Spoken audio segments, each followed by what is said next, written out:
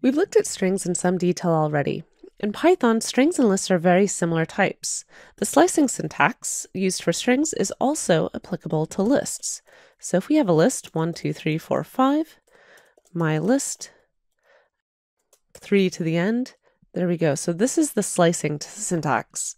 Another cool feature of the slicing syntax is that you can use a third value in here. So normally you'd use two values, the start and then the end, but you can also pass in a third value. So if we do my list 0, 6, let's just go from the start to the end with a step size of 2, that'll print out every other item. Of course, we can put in a step size of 3. That just gives us those two items. And of course, all of this is equivalent to : 2, because if you're going from the very beginning to the very end of the list, you actually don't have to give any values. It's assumed that you want the beginning and the end. And it might be easier to play around with this feature if we can somehow dynamically generate much longer lists than just typing this all out by hand. And for this, we can use the range function. The range function is a new sequence type we haven't covered yet. It's a bit like a tuple. It has an order and is immutable and isn't frequently used except for looping through it in code like this. For I in range 100, whoops, print I. Okay, and this is kind of an annoying output, so I'm just going to go ahead and clear that cell.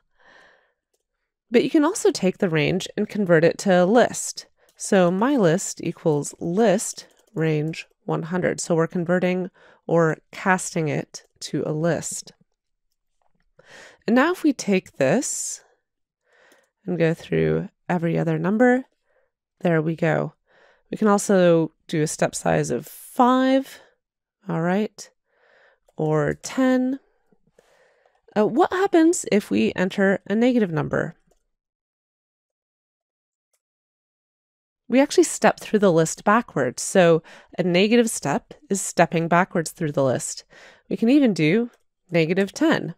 That's pretty nifty. So all of the things we've been doing so far have been about reading data from lists, taking slices, extracting one value at a time. Let's look at how to actually modify the lists. So let's grab this. Let's actually just do 1, 2, 3, 4. My list.append 5 and then print my list.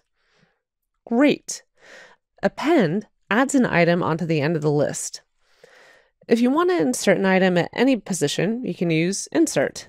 My list.insert position 3, so that's the index, a new value, and then print my list. There you go. There are a couple ways to remove items from a list. The first one is called, conveniently enough, remove. My list.remove, and you don't have to pass an index in here, just the value. And then if we look at my list again, you can see that's removed. But be careful, if the item isn't in the list and you try to remove it, it'll throw an error. So if we run this a second time, we can see that we get the error. The second way to remove an item from the list is with pop. My list.pop. You don't have to pass an argument at all. It just pops an item off the end of the list. And it also returns it to you. So now if we look at my list, there we go. We just have 4 items in it. We could also do something like this. While length of my list, so while there are items in my list, remember this will evaluate to false when the length of my list is 0. Print my list.pop. And if we look at my list now, it's empty. Remember that example earlier about how computers write values in memory? Let's try this out. A is 1, 2, 3, 4, 5. B is A dot append 6, and let's print B. We can see that modifying A also modifies B, which we've set A to. But we can use a Python trick here called the copy function, and this makes an identical copy of the list stored separately in memory. So let's take this whole thing.